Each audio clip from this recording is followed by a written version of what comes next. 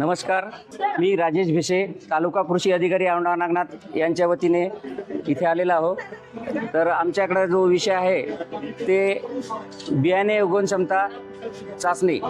तर आपल्या शेतामध्ये बियाणे पेरण्यापूर्वी आपले जे सरळ वाण आहे, जसे की सोयाबीन, तूर, उडीद, मूग, हे बियाणे दरवर्षी बाजारातले न वापरता आपल्याला घरगुतीच बियाणे वापरायचे आहे. 1 वर्ष मार्केटमधून आणल्यानंतर त्याच्यानंतर 2 वर्ष आपल्याला घरगुतीच बियाणे वापरायचे आहे. घरगुती बियाणे वापरल्यामुळे आपल्याला काय करायचं आहे, पेरणीपूर्वी आपली उगवण क्षमता किती पर्सेंटेज आहे ते तपासणे आवश्यकता आहे. नाहीतर आपल्याला 15 ते 20 दिवस वाया जाणार आहे. त्यासाठी आपण घरगुती पद्धतीने बियाणे उगवण क्षमता कशी करायची, 4 पद्धती आहेत. त्या 4 पद्धती म्हणजे एक आहे ट्रे पद्धत आहे, दुसरी आहे गोनपाट पद्धत आहे, तिसरी आहे पुरचुंडी पद्धत आणि चौथी आहे पेपर रोल पद्धत. ह्या 4 पद्धतीविषयी आपण आज पाहणार आहोत. सर्वप्रथम आपण ट्रे पद्धतीमध्ये घेणार आहोत.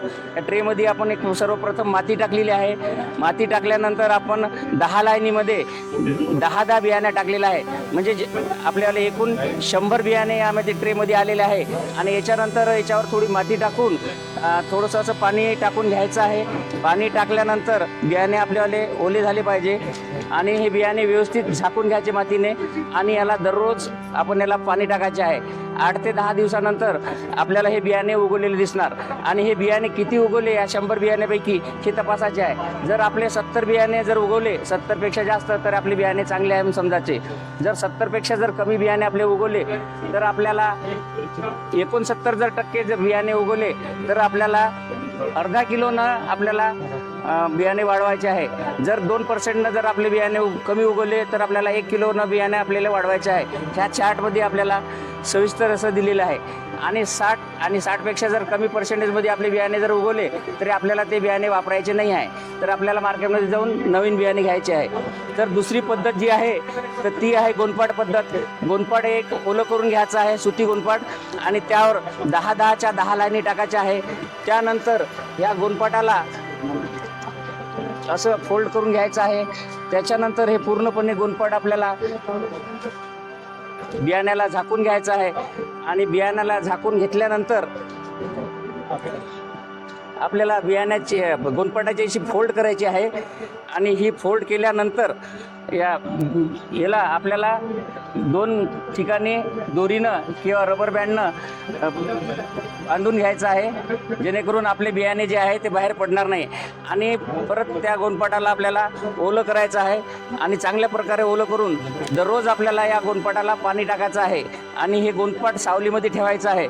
आणि 5 ते 6 दिवसानंतर दररोज पाणी टाकल्याच्यानंतर 6 दिवसांनी आपण गोनपाट उघडल्यानंतर यामध्ये आपल्याला सुद्धा बियाण्याची जर्मिनेशन झालेली दिसन.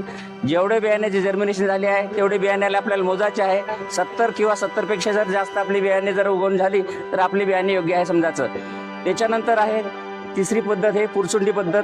कॉटनचा कपडा घ्यायचा आहे. या कॉटनच्या कपड्यामध्ये 100 बिया अशा टाकायच्या आहे आपल्याला. आणि ह्या 100 बियाला ओलं करायचं आहे. तो ओलं केल्यानंतर दररोज याच्यावर आपल्याला पाणी टाकायचं आहे आणि हे सावलीत ठेवायचं आहे. आणि याच्यामधले सुद्धा 100 बियाण्यापैकी किती बियाणे उगवून झाली आहे हे आपल्याला पाहायचं आहे. आणि 70पेक्षा जास्त बियाणे उगवले तर आपले बियाणे योग्य आहे म्हणून समजायचं आहे. त्याच्यानंतर आहे चौथी पद्धत आपली आली पेपर रोल पद्धत. आपण सर्वप्रथम खाली एक प्लॅस्टिक घेतलेलं आहे, मेन कापड. त्याच्यानंतर आपण लोकमतचा पेपर घेतलेला आहे आणि ते पेपर ओला केलेला आहे सर्वप्रथम आपण. त्याच्यानंतर 10-10च्या लाईनीमध्ये 10 ओळी केलेल्या आहे. तर याला आपल्याला आता एक लाईनी अशी फोल्ड करायची आहे.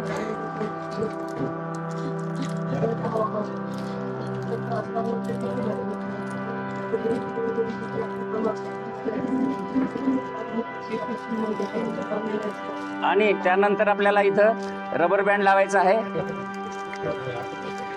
आणि जी वरची बाजू आहे आपल्याली, या वरच्या बाजूमधून आपल्याला पाणी टाकायचं आहे. पूर्ण पेपर ओला होईल ह्या पद्धतीने पाणी टाकायचे आहे. आणि दररोज आपल्याला याच्यामध्ये पाणी टाकायचे आहे. आणि हे आडवा पेपर ठेवायचा आहे. आणि असं केल्यानंतर 5 ते 6 दिवसानंतर आपल्याला याच्यामधले बियाणे उगवलेले दिसणार.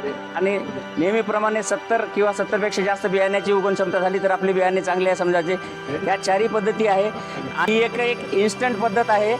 लगेच जर मार्केटमधून बियाणे आणले तर आपण कसे पाहायचे, एक काचाचा गिलास घ्यायचा आहे, त्याच्यामध्ये पाणी घेऊन 100 दाणे टाकायचे आहे. 100 दाणे टाकल्यानंतर 5 ते 10 मिनिटामध्ये जेवढे काही बियाणे आपल्याला काही फुगलेले दिसणार आणि काही बियाण्यावर अशा मिऱ्या पडलेल्या दिसणार. जे बियाणे फुगलेले आहे ते बियाणे आपल्याला उगवण क्षमता होणार नाही हे समजायचं आणि ते बाहेर काढायचे. आणि ज्या ज्या बियाण्यावर आपल्याला मिऱ्या पडलेल्या आहेत असे बियाणे आपल्याला बाहेर काढायचे आहे. आणि जे मिऱ्या पडलेले बियाणे आहे ते आपल्याला पेरणीसाठी योग्य आहे म्हणून समजायचे आणि त्या बियाण्याची आपल्याला संख्या मोजायची आहे. ती जर संख्या 70 किंवा 70पेक्षा जास्त झाली तर ती योग्य समजायची पेरणीसाठी. पण ही पद्धत शेतकरी बांधवांनी न वापरता ह्या 4 पद्धतीचाच अवलंब करावा. ही फक्त इन्स्टंट आणि कमी वेळेत करणारी आहे, पण तेवढी इफेक्टिव्ह नसल्यामुळे ही पद्धत शेतकरी बांधवांनी टाळावी. धन्यवाद.